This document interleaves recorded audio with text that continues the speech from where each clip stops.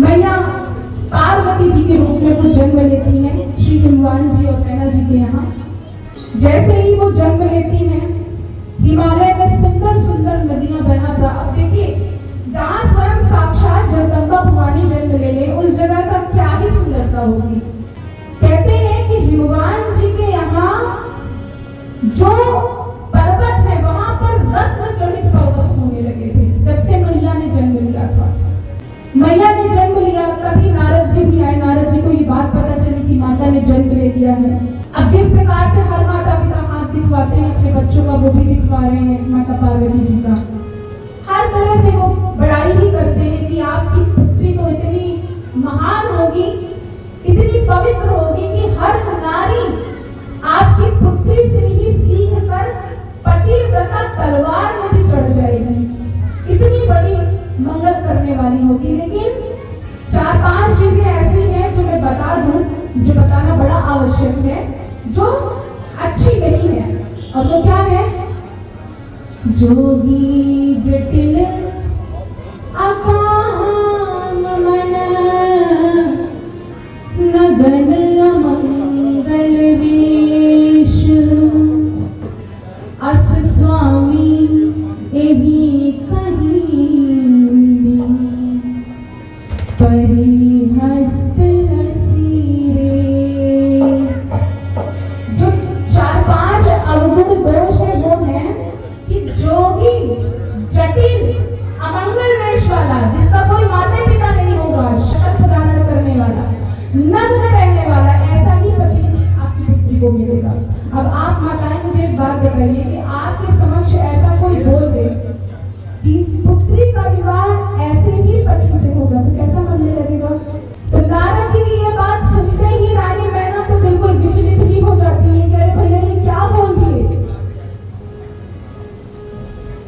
हनुमान जी फिर कहते हैं हो सकता है थोड़ा कुछ आगे भी बताएं। तब नारद जी कहते हैं कि देखो, वर तो यही मिलने वाला है, ऐसा ही वर मिलेगा, लेकिन जय जय वर के दोष बखाने ते सब शिव पन में अनुमाने। अच्छी बात ये है कि जो जो वर के मैंने दोष बताए हैं, वो सभी दोष भगवान शंकर के अंदर है। और कहते हैं कि जो विवाह शंकर सन होई, दोषों गुण सम कहूं सब कोई। और अगर शंकर भगवान के साथ आपकी पुत्री का विवाह हो जाता है, तो दोष भी गुण में परिवर्तित हो जाएंगे। लेकिन इतनी आसानी से भोले बाबा मिलने वाले नहीं हैं। इसके लिए आपकी पुत्री को तपस्या करना पड़ेगा। मैया कहती है कि तपस्या के लिए तो हम नहीं भेज सकते, लेकिन हनुमान जी भी बहुत अच्छे से समझाते हैं, माता पार्वती जी भी बहुत अच्छे से समझाती हैं। तपस्या करने के लिए मैया निकलती है। अब ये जो तपस्या है, ये कोई छोटी मोटी तपस्या नहीं थी भगवान को प्राप्त करने की, 1 साल 2 साल उन्होंने तपस्या किया। हजारों हजार लाखों लाख वर्ष तक इन्होंने तपस्या किया था। 1000 वर्ष तक मैया ने जो बेलपत्र सूखे होकर पृथ्वी पर गिर जाते थे, उन सूखे पत्तों को उन्होंने खाकर तपस्या किया। इसीलिए मैया का नाम क्या पड़ा? जब आप दुर्गा सप्तशती का पाठ करते हैं, उसमें से 108 नाम का जब पाठ करते हैं, तो उसमें से एक नाम आता है अपर्णा। तो मैया का नाम अपर्णा तभी पड़ा जब मैया ने सूखे बेलपत्र का सेवन किया। तपस्या करते करते जब मैया का शरीर बिल्कुल क्षीण हो जाता है, मतलब ये जो चमड़ी है वो हड्डी में धंस जाती है, तब आकाश से गंभीर आकाशवाणी होती है कि जो तुमने सोचा है हृदय में, हे पार्वती, वो तपस्या सफल हुई और तुम्हें विष्णुकेतु, तुम्हें शंकर जी अवश्य प्राप्त होंगे। और मेरी ये आकाशवाणी तब सत्य समझना जब सप्तम ऋषि आकर तुमसे मिलेंगे। अब यहाँ तक तो पार्वती मैया का तपस्या था। दूसरी तरफ भोले बाबा जब से सती मैया अपना देह का परित्याग की है, भोले बाबा हर जगह विचर रहे हैं, विरह में विचर रहे हैं। कहीं समाधि में लीन हो जाते हैं, तो कहीं पृथ्वी में कथा सुन रहे हैं, कोई रोटी दे दिया तो खा लिए, नहीं दिया तो नहीं खाए। ऐसा जीवन चल रहा है भोले बाबा का। अब धीरे धीरे भोले बाबा का विवाह का समय आ अब सभी भोले बाबा को भी मनाने के लिए पहुंच रहे हैं। राम भगवान आते हैं और भोले बाबा से कहते हैं कि हम आपकी तपस्या से बड़े प्रसन्न हैं और आपके जैसा भक्त ना ही मेरा कोई था और ना ही कोई होगा। लेकिन हे शिव शंकर, आपसे मैं यही निवेदन करता हूं कि अब आप जाइए। श्री सती जी ने माता पार्वती के रूप में जन्म ले लिया है और अब आप उनसे विवाह करिए। भोले बाबा कहते हैं कि बहुत अच्छी सी बात कहते हैं भोले बाबा कि गुरु पिता और जो आपके स्वामी है उनकी बात कभी भी नहीं निकालनी चाहिए। तभी भोले बाबा कहते हैं कि हम आपकी बात को टाल ही नहीं सकते हैं और सप्तर ऋषि को बुलाकर माता के पास भेजते हैं। सप्तर ऋषि जाके बोलते हैं कि ये इतनी तपस्या किसके लिए कर रही हो? माता पार्वती कहते हैं कि अगर मैं आपसे अपने हृदय की बात कहूंगी तो आप हंसी उड़ाएंगे। तो उन्होंने कहा बताओ किसके लिए तपस्या हो रही है? मैया कहती है कि मैं शिव जी को प्राप्त करने के लिए तपस्या कर रही हूँ। सप्तर ऋषि जी हंस के बोलते हैं कि अरे नारद की बताई बातों में कभी मत आना। आज तक जो भी नारद की बातों में, नारद जी की बातों में आया उसका घर कभी नहीं बसा है, उजड़ ही गया है। वो भी तुम्हें ऐसे वर के बारे में बता के गए हैं जिनका कोई ठिकाना नहीं रहता है। कभी कैलाश में तो कभी पृथ्वी पर, कभी उनको रोटी मिल गई तो खा लिए, नहीं तो नहीं। हम तुम्हें एक अच्छा वर बताते हैं जो कि वैकुंठ के निवासी हैं, जो कि लक्ष्मीपति हैं। और वो कौन है? वैकुंठ के राजा श्री विष्णु भगवान जी। तब पार्वती जी कहती हैं कि अगर आप ये बात मुझसे पहले कहते, नारद जी से भी पहले, तो मैं अवश्य मानती। लेकिन अब ये तन रहेगा ना रहे, मैं जीवन भर कुंवारी ही क्यों न रह जाऊं, लेकिन मैं विवाह करूंगी, वरूंगी तो सिर्फ शंकर जी को। इसके सिवा मैं किसी को नहीं वरने वाली। और आप अपना समय बर्बाद मत करिए मेरे ऊपर। आप अगर विवाह तय ही करना चाहते हैं तो किसी और का जाके कर लीजिए। सप्तर ऋषि जी माता की बहुत प्रकार से सराहना करते हैं। मैया से कहते हैं कि आप और भोले बाबा तो जगत के माता पिता हैं, जगत के पालनहार हैं। और ऐसा कहकर वो श्री हिमवान जी के पास जाते हैं और हिमवान जी से कहते हैं कि आप अपनी पुत्री को घर लेकर आए। और उसी समय तारक नाम का असुर था और वो असुर किसी के मारे मर ही नहीं रहा था और वो सिर्फ कार्तिकेय जी के हाथों से ही मरता। तब समस्त देवतागण ब्रह्मा जी के पास जाते हैं। ब्रह्मा जी के पास गए, निवेदन करते हैं कि अब क्या किया जाए। ब्रह्मा जी विष्णु जी के पास जाते हैं, विष्णु जी के साथ भोले बाबा के पास जाते हैं। लेकिन उसके पहले भोले बाबा ने कामदेव को भस्म कर दिया था। कामदेव ने ऐसा चाल चला भोले बाबा को समाधि से हटाने के लिए कि वो अपने तीर 5 के 5 बाण, फूलों के बाण निकाल कर भोले बाबा के हृदय में जाकर मार देता है और भोले बाबा तुरंत समाधि से उठते हैं और वो ढूंढना प्रारंभ कर देते हैं कि किसने मुझे समाधि से उठाया। और जैसे ही उनकी दृष्टि जाती है तो उन्हें दिखता है कामदेव तुरंत अपनी तीसरी नेत्र खोलकर उसे भस्म कर देते हैं।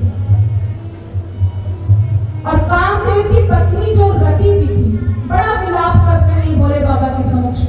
और भोले बाबा तो बहुत बड़े दयालु हैं, तुरंत कहते हैं कि परेशान नहीं होना है। द्वापर युग में जब पृथ्वी का भार कम करने के लिए श्री कृष्ण कन्हैया लाल जी अवतार लेंगे तो उनके पुत्र जो प्रतुम्न जी होंगे वही आपके पति यानी कि कामदेव होंगे। आप तभी जाके उनसे मिलेंगे। अब जब समस्त देवतागण विष्णु भगवान जी के साथ पहुंचते हैं भोले बाबा के पास, भोले बाबा के पास पहुंचते ही पहले अब सब बोल रहे हैं कि कौन अपना प्रस्ताव रखे उनके समक्ष। सबको भय भी हो रहा है कि भोले बाबा ने वैसे भी कामदेव को जलाकर भस्म कर दिया, कहीं हमको ना जला दे। एक दूसरे को खोद रहे हैं कि आप पहले बात रखिए। ब्रह्मा जी को इंद्र जी खोद रहे हैं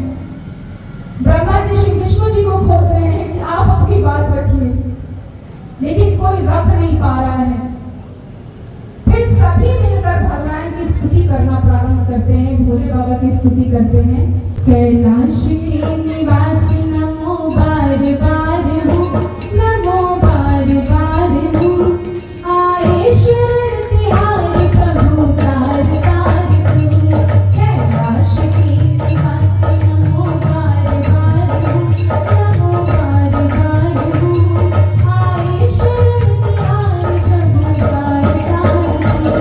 भक्तों को कभी शिव ने निराश ना किया, भक्तों को कभी शिव ने निराश ना किया, मांगा जिसे चाहा वही वरदान दे दिया, मांगा जिसे चाहा वही वरदान दे दिया। बड़ा है तेरा तारा बड़ा दातार तू, बड़ा है तेरा तारा बड़ा दातार तू, आए शरण तिहारी प्रभु तार तार तू। कैलाश के निवासी नमो बार बार हूँ, नमो बार बार हूँ, आए शरण तिहारी प्रभु तार तार तू, आए शरण तिहारी प्रभु तार तार तू, आए शरण तिहारी प्रभु तार तार तू। अब भोले बाबा बड़ा प्रसन्न होते हैं अपनी स्तुति सुनकर, बोलते हैं कि बताइए कोई कार्य है। तब सभी बताते हैं कि तारकासुर ने बड़ा अत्याचार मचा के रखा है हे भोलेनाथ, इसीलिए अब आपको विवाह करने की आवश्यकता है, क्योंकि तारकासुर का वध आपके पुत्र के हाथों से नहीं होगा। भोले बाबा बोलते हैं मस्त ऐसा ही हो। हृदय में विचार करते हैं कि राम जी ने भी यही आदेश दिया था मुझे, सारे देवी देवता गण भी आकर यही बात कह रहे हैं, तो ऐसा ही हो। फिर से सप्त ऋषियों को बुलाकर वो राजा हनुमान जी के यहाँ भेजते हैं लग्न पत्रिका बनवाने के लिए। राजा हनुमान जी लग्न पत्रिका बनवा के सप्त ऋषि जी के हाथों से भिजवाते हैं। ब्रह्मा जी बड़े प्रसन्न हो रहे हैं लग्न पत्रिका पढ़ के। ब्रह्मा जी तो इतने प्रसन्न हो रहे हैं कि उनके नेत्रों से प्रेमाश्रु छलकने लग रहे हैं। और अब विवाह की तैयारी प्रारंभ हो जाती है। विवाह की तैयारी में यमराज जी अपने भैंस को अच्छे से साफ कर रहे हैं। जिस प्रकार से हर घर में तैयारियां होती हैं, वैसे ही यमराज जी अपने भैंस को साफ कर रहे हैं। इंद्र जी अपनी जो विमान है उसको साफ कर रहे हैं। हर जगह बड़ा उत्साह मचा हुआ है। भोले बाबा का जब विवाह होने वाला होता है, श्रृंगार होने वाला होता है, तो हमारे बिहार साइड बड़ा सुंदर सा गीत गाते हैं जब उनका श्रृंगार होता है। क्योंकि जब भोले बाबा का श्रृंगार होता है तो जो उनके गण हैं, जो उनका श्रृंगार कर रहे हैं, वो भोले बाबा से कहते हैं कि जब एक दूल्हा बारात में निकलता है तो उसके सिर पे क्या होता है? मौर होता है। भोले बाबा आप बताइए आपको कौन सा मौर करना है? तो भोले बाबा बोलते हैं कि देखो एक बार जिसको मैं सर पे धारण कर लेता हूँ उसको उतारता नहीं हूँ। जैसे गंगा मैया को उन्होंने जटा में समेटा है, चंद्रमा को अपनी लाट में रखा है, कभी उन्होंने उतारा नहीं है। इसीलिए बोलते हैं कि ऐसा मुझे मौर पहनाओ कि मैं उसको कभी उतारूं ना। तो एक गण हिमालय के बड़े कोने में जाता है। ये शिव महापुराण में बड़े सुंदर तरीके से इसका वर्णन किया गया है कि वहां पर लाखों सर्प ऐसे घूम रहे हैं, उसमें से भी पतले पतले सर्प वो गण लेकर आते हैं।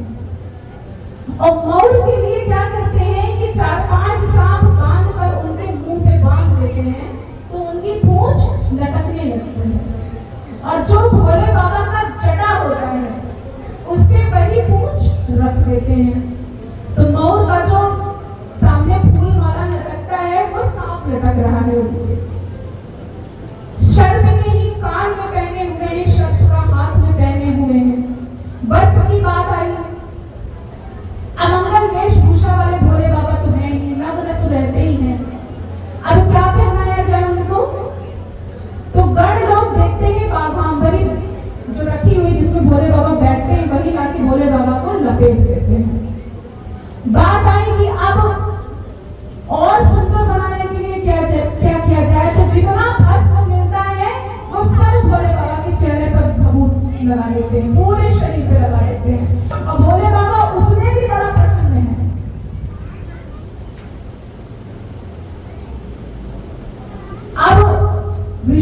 हनुमान जी जैसे ही भोले बाबा के इस रूप को देखते हैं तो बोलते हैं कि हम लोग बारात के लायक तो बिल्कुल भी नहीं है, बारात कुछ ज्यादा ही सुंदर है। तो सब लोग अपना अपना गुट लेकर आगे बढ़े। अब भोले बाबा विचार करने लगे कि सब तो अपना अपना गुट लेकर चले गए, हमारे पास तो कुछ ही लोग हैं। शिंगी को बुलाते हैं और बोलते हैं जितना अपना गुट है, जितने भूत प्रेत हैं, सबको बुला लाओ। शिंगी जाते हैं, देश के कोने कोने से जितने भूत प्रेत हैं सबको उठा लाते हैं। कोई लंबा है, कोई छोटा है, किसी का मुंह नहीं है तो किसी का मुंह है तो आंख नहीं है, कोई खूने हाथ में लिए हैं, कोई खूनी 24 घंटे पी रहे हैं। ऐसे तो भोले बाबा की गण है। भोले बाबा अपना गण लेकर निकलते हैं। जब विष्णु भगवान जी राजा हिमवान जी के द्वार पर पहुंचते तो आहा, विष्णु भगवान को देखकर तो सभी नगरवासी हिमवान जी के जो भी रिश्तेदार आए थे प्रसन्न हो जाते हैं कि वाह, विष्णु भगवान इतने सुंदर, तो सोचो दूल्हा कितना सुंदर होगा। लेकिन उनको क्या पता कि दूल्हा को देखकर तो भी डर ही जाएंगे। देवताओं को देखकर प्रसन्न होते हैं, लेकिन जब भोले बाबा अपनी बारात लेकर आते हैं उनको देखकर बच्चे तो बिल्कुल भाग उठते हैं। हम नहीं खड़े होने वाले उनके पास। जो आस पड़ोस के लोग होते हैं वो भाग जाते हैं, लेकिन जो बुजुर्ग लोग हैं वो बड़ा हृदय ढाढ़स बना के खड़े हुए कि नहीं, भागना नहीं है। सभी पूछते हैं, हमारे यहाँ तो नियम ही है कि जो भी बच्चे दूल्हे को देखकर अंदर प्रवेश करते हैं तो माताएं बहनें पूछती, बताओ दूल्हा कैसा है, दूल्हा कैसा है। वैसे ही वहां पर भी जब बच्चे प्रवेश करते हैं घर में भाग भाग के, तो समस्त माताएं बहनें पूछती, बताओ दूल्हा कैसा है। तो बच्चे बोलते हैं कि दूल्हा पागल है। अब सबके हृदय में ये बात आती है कि इतनी सुंदर पार होती है और उनके लिए ऐसा तो लिखा हुआ है पागल। किसी के मन में विश्वास नहीं होता है तो बच्चे खुद ही बोलते हैं, दुल्हा के आज भी सुरतिया बाप रे बाप। वो भय के मारे बोलते हैं, हम ना देखनी ऐसन बारियतिया बाप रे बाप। हम ना देखनी ऐसन बारियतिया बाप रे बाप। दुल्हा के आज बेसुरतिया बाप रे बाप। दुल्हा के आज बेसुरतिया बाप रे बाप। हम ना देखनी ऐसन बारियतिया बाप रे बाप। दुल्हा के आज बेसुरतिया बाप रे बाप। दुल्हा के आज बेसुरतिया बाप रे बाप। अब भोले बाबा का वर्णन कैसे कर रहे हैं, क्या देखा आखिर भोले बाबा के अंदर। बच्चे कहते हैं, चंद्रमा ललाट सिर जटा धारवा, चंद्रमा ललाट सिर जटा धारवा। डमरू त्रिशूल लेके बैल पर सवारवा, डमरू त्रिशूल लेके बैल पर सवारवा। भरते ही आगे लब ले भभूतिया बाप रे बाप। दुल्हा के आज बेसुरतिया बाप रे बाप। दुल्हा के आज बेसुरतिया बाप रे बाप। हम ना देखनी ऐसन बारियतिया बाप रे बाप। दुल्हा के आज बेसुरतिया बाप रे बाप। दुल्हा के आज बेसुरतिया बाप रे बाप। अब आगे क्या उनका वर्णन होता है। एक बालक जाके फिर देखकर आता है कि शायद हमारे आंखों का कोई फेर तो नहीं है, कुछ हम गलत तो नहीं देखा है। फिर वो जाता है तो उसको एक नई चीज दिखती है। क्या दिखती है, सब देखे मोर माथे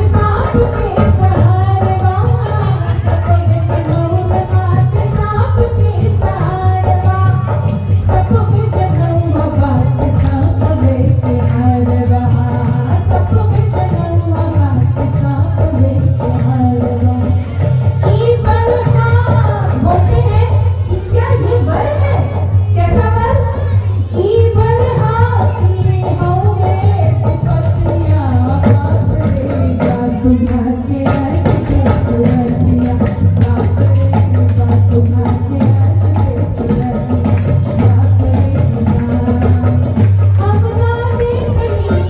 हम ना देखनी ऐसन बारियतिया बाप रे बाप दुल्हा के आज केसरिया बाप रे बाप दुल्हा के आज केसरिया बाप रे बाप।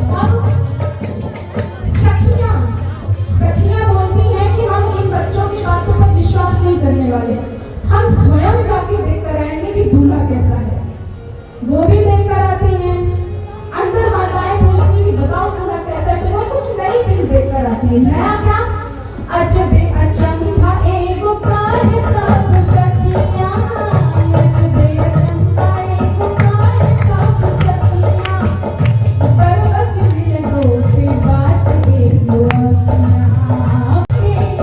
गौरा जी के फुटल की सनकियां, बाप रे बाप दुल्हा के आज केसरिया बाप रे बाप दुल्हा के आज केसरिया बाप रे बाप। हम ना देखनी ऐसन बारियतिया बाप रे दुल्हा के आज केसरिया बाप रे दुल्हा के आज केसरिया। जो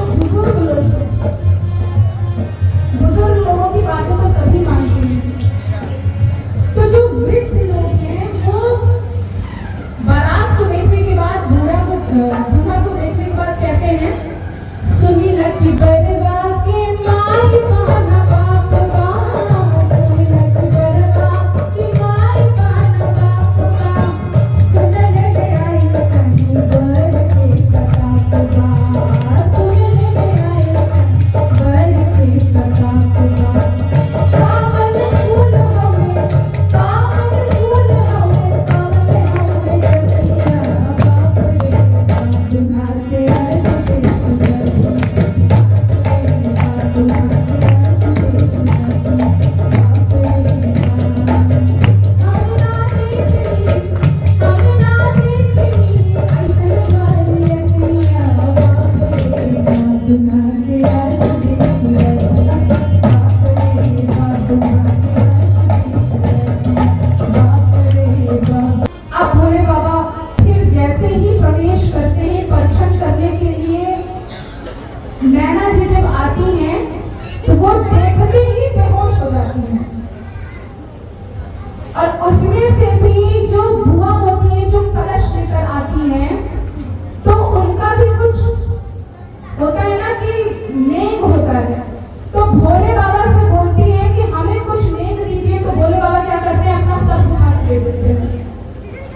जैसे ही सर्प उनकी थाली में जाता है वो अलग कूदने लगती है।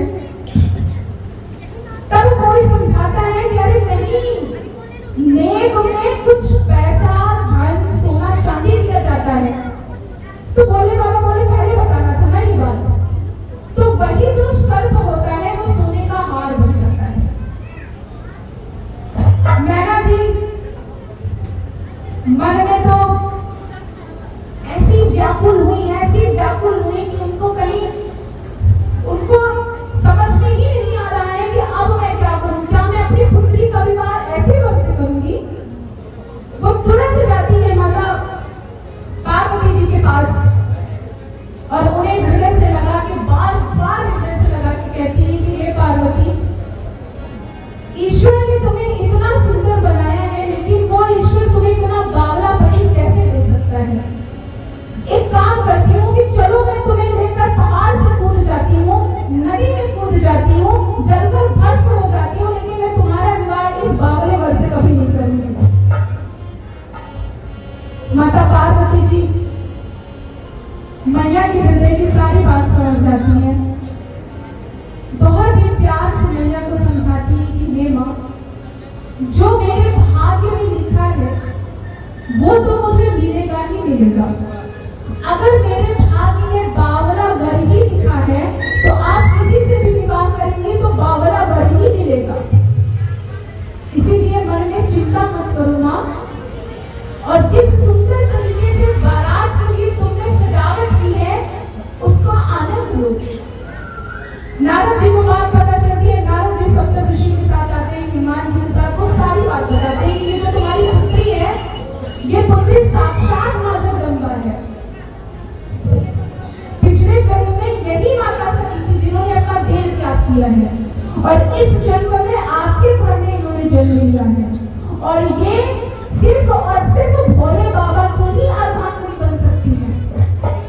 ये जगत के माता पिता हैं। जब बहुत प्रकार से समझाते हैं और जब माता पिता दोनों समझ जाते हैं, माता के चरण बार बार दबाना प्रारंभ कर देते हैं। बहुत ही खुश होकर विवाह की तैयारी होती है, मंडप में माता पार्वती जी को लाया जाता है, विवाह होने लगता है। विवाह की जो भी प्रक्रिया होती है, कन्यादान, 7 फेरे, सिंदूर दान, सखियां गाती हैं, भोला हो भोला, गौरा हो गौरा, भोला हो भोला, गौरा हो गौरा, जब तक तुझे ना हो तेरे साथ, तब तक गौरा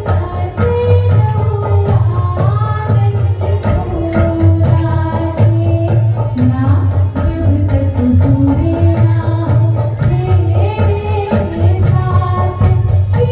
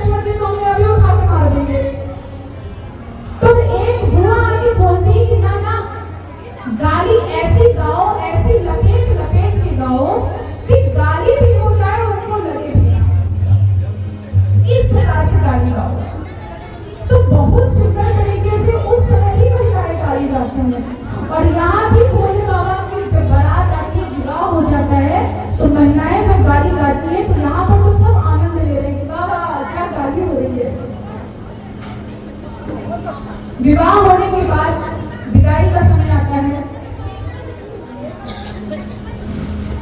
विदाई जब होने लगती है तो माता पार्वती जी को माता मैना अथाह प्रेम करती है। हर माँ अपनी पुत्री से बहुत प्रेम करती है, वैसे ही माता मैना जी अथाह प्रेम करती है। वो बार बार उनको हृदय से लगा लेती है और वो बार बार कहती है कि हे पुत्री, इस संसार में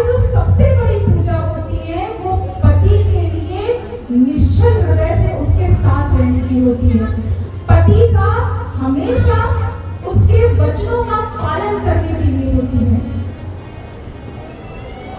वो स्त्री महान होती है जो पतिव्रता होती है। पतिव्रता स्त्रियां महान होती हैं, इसीलिए अपने पति को देवता समझना।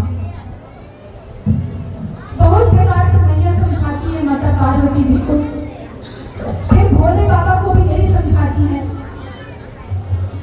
कि अगर मेरी बेटी से कोई भी गलती हो जाए तो इसको अपनी दासी समझकर क्षमा कर देना। हिमवान जी भी यही करते हैं, बहुत प्रकार से समझाते हैं। अब विदाई होने लगते हैं,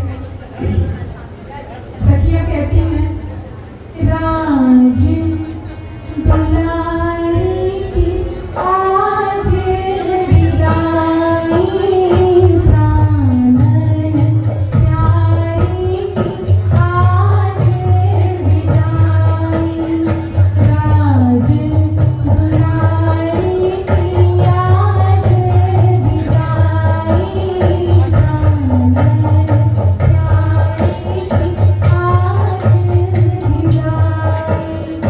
ऐसे कहते हुए मैया की विदाई हो जाती है।